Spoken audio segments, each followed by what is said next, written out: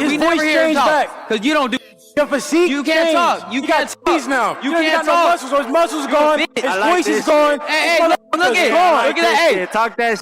His is gone. Hey, you can't train that. You can't train that jaw. You gonna fuck.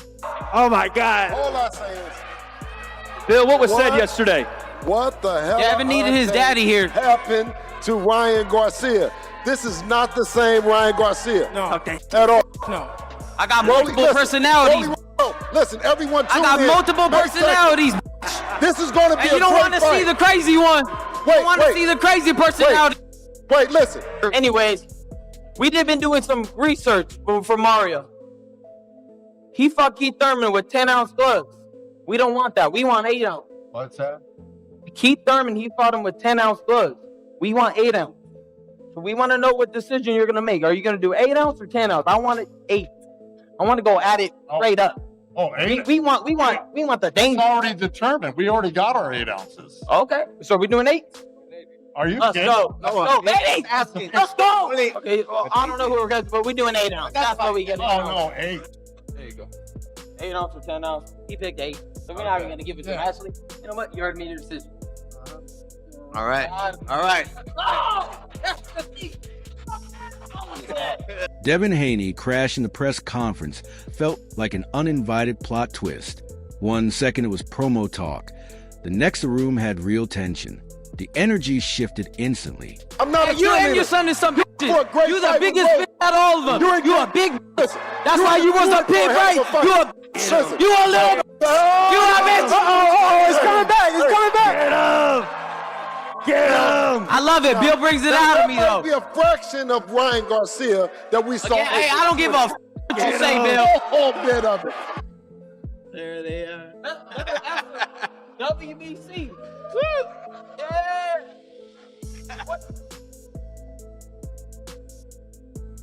Whatever. WBC. Yeah. Do I have to? Oh, this one's for Wally, but we'll save that. We'll say Joe's first. Oh, boy. Trader, right? Oh, no, yeah. Right. You are right. The program. I hope. There it is. The trader. Joe Goosen. There you go. There you go for you. Wally somewhere. What is that? I don't know where you're at. What stood out in that chaos were the moments where the best version of Ryan Garcia slipped through. It always happens the same way, when he stopped performing and starts sounding personal. At the end of the day, you know, I know what I went through after the Haney situation, the scandal, all that. I don't really want to get into it too much, but it did take a toll on me. They wanted me to try to force a fight, and I did, and I was uninterested, and the performance showed. But that's just how it is. In order to be a great quarterback like Tom Brady, you have to forget what happened and worry about the next play. And that's what I am. This is the next. When Ryan talked about being locked in, about his body not being invincible, about return to the people who shaped him, that wasn't promo Ryan. That was fighter Ryan. And that version always lands heavier. Hey, I got to go grab that title. I'm hungry. I'm excited. And I'm ready to put on a show. To me, it's all the show. I want to put on the best show possible. And you guys are going to get a great fight. This guy, he ain't going to lay down. And I actually got to be more careful for him. If I'm sleeping, he'll be my. So right now, I'm super locked in. And you're going to see, obviously, the best version of myself that you've ever seen. You see it when he jokes, hands out props, calls it mano a mano, then suddenly flips the switch and calls it a must-win. That snap is where Ryan becomes dangerous. He's always been at his best when emotion sharpens his focus instead of hijacking it. Under the laughter, you could hear the hunger. Hey, how's everyone doing? Good to see you guys. Good to see you guys. And I'm truly honored. I'm really honored to be part of this huge fight. This is how it's supposed to be. I didn't like it last time around. There's a lot of other people on the stage. This is one-on-one, mano-a-mano. This is how it's supposed to be done. One main event. You're 27 years old, but coming off that recent loss, you said to me earlier, you don't want to get that third. No, that shit don't even sound good. How important is this fight? 2's cool. 3 is too much. You know what I mean? 2, okay, I could work with that. I could build, 3 is like, if you really lose. So, I don't want to get this third loss at all. He don't want to get it. It's debatable that he lost his last fight, but, it was called a draw. But, you know, at the end of the day, I think we don't want to lose. And we're both at this moment. So that's why I think this is going to be a very sleeper. Then an entire tone pivots once Mario Barrios steps in. Because Barrios doesn't sell moments, he survives them. His calm, almost dismissive delivery is quiet confidence. The kind that says, I've been here with bigger names and longer nights. We're going to get a Ryan that's 100%. And, you know, that makes me happy to hear. So, you know, when I will put on the 21st, there ain't going to be no excuses. But yeah, you know, like you said, y'all know what I get. I mean, y'all know what y'all get when I step in the ring. I don't quit on my knee. You know, I always, you know, go out there and... And he said the same thing, literally line for line. Anyways, he got it to work. You're gonna get it. Like, the boxing fans are gonna get a great fight, and you know, this ain't a fight that you guys want to miss. Thank you. When Joe Goosen talks about bringing 120% while Ryan brings 100, that isn't trash talk. It's a warning about pace, rounds, and attrition. Things heat up when Ryan brings up loyalty, old camps, and hurt feelings. Now, it's not just skill sets. It's memory versus momentum. Thank you for the time we had together, guys. And I know it's going to be a great fight. I know you're working hard. How could you, Joe? That's messed up. Pardon? I said, how could you? That's messed up. What's messed up? You know what I said? I mean, just can't believe you're doing this to me. That's insane. What? You hurt my heart. Well, I'm still not sure. You broke my heart. It's over. It's over. We're done. Again? We're done. Yeah, I'm breaking up with you again. Now, how did I do that? You just broke my heart. You just broke my heart. Just move on. You got Henry Garcia framing it as father-son destiny. Goosen speaking pure business. Barrios quietly reminding everyone he keeps getting up no matter how ugly it gets. The glove talk, the cut jokes, the awkward laughs. It all points to one truth. This won't be a clean chess match. It's going to be messy, physical, and emotional. Ryan thrives on belief and urgency. Barrios thrives when fights turn uncomfortable. And when those collide, the press conference stops feeling like theater and starts feeling like a preview. So the 147-pound weight class is serious business. And like I said before, watching Ryan right now, you know, puts a smile on my face because I think we're gonna see the old Ryan that we've seen in the ring, who is determined, who is strong, who wants to go out there and just knock your head off. That chaotic energy carries straight into studio honesty once Chris Algieri speaks. The noise drops, and the uncomfortable truth walks in. Chris doesn't pretend this is about deserving anymore.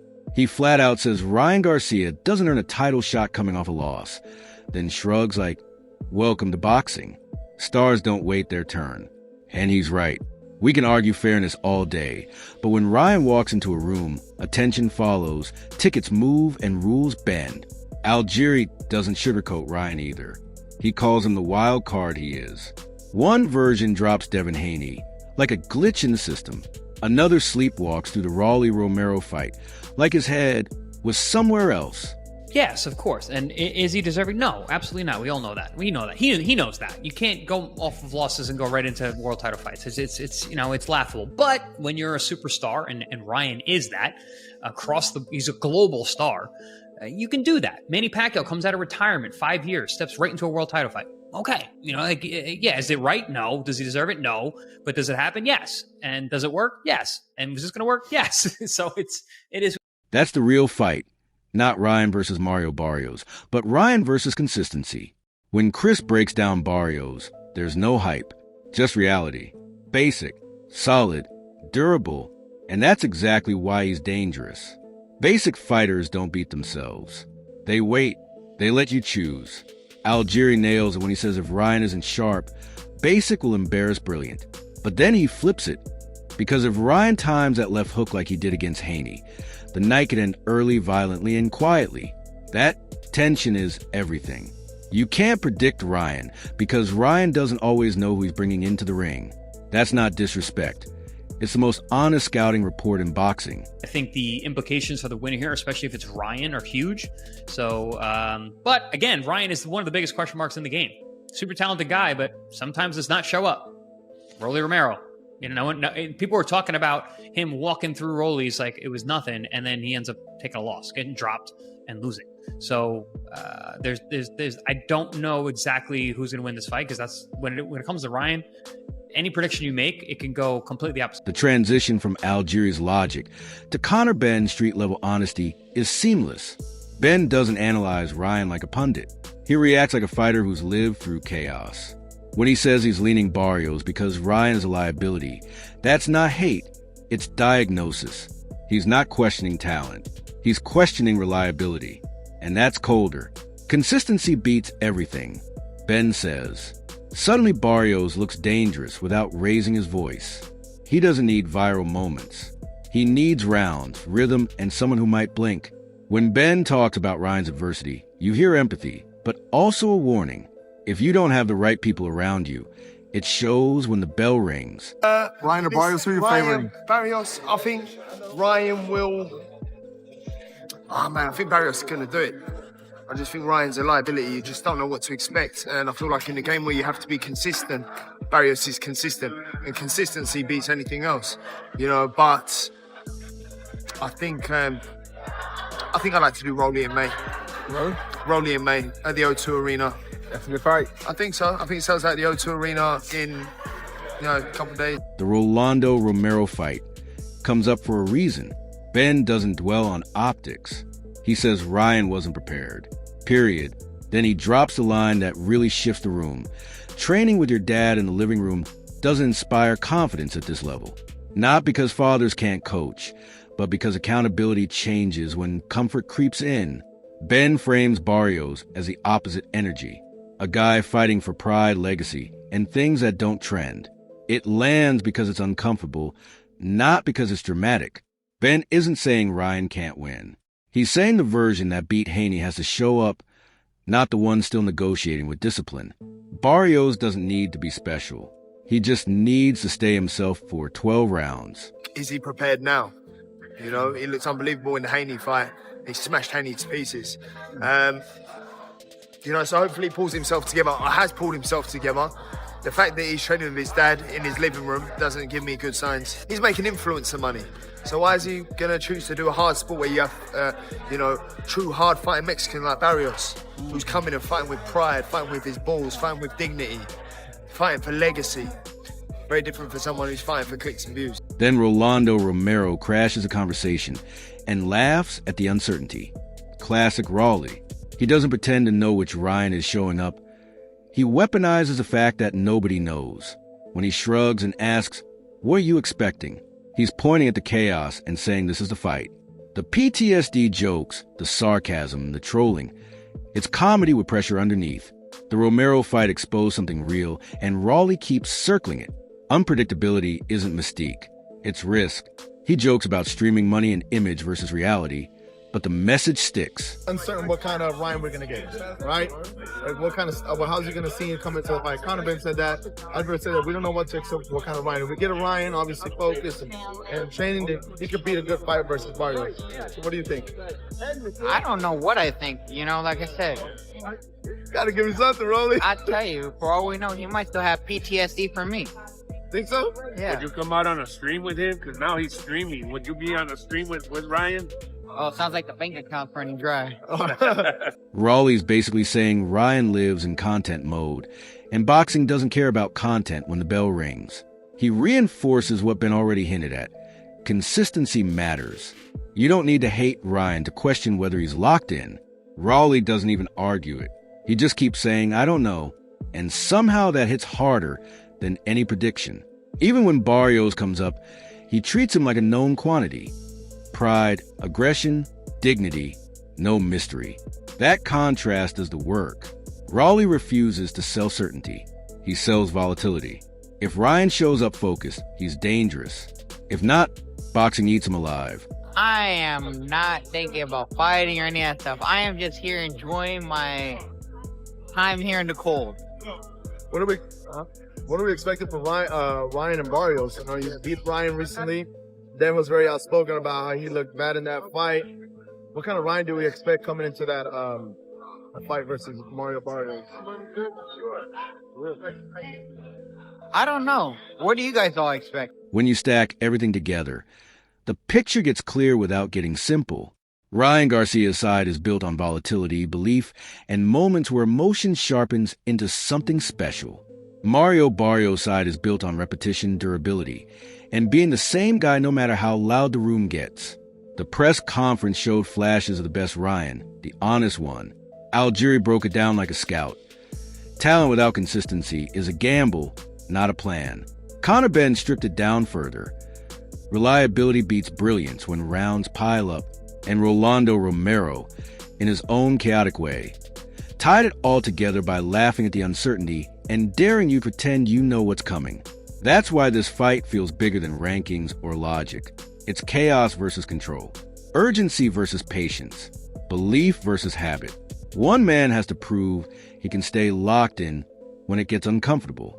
The other has to prove discomfort is home. No clean prediction here, just a collision of identities that's going to answer uncomfortable questions for both careers. Drop your take in the comments. Let's really talk about it. And don't forget to like, share, and subscribe to US Box Pro. See you in the next one.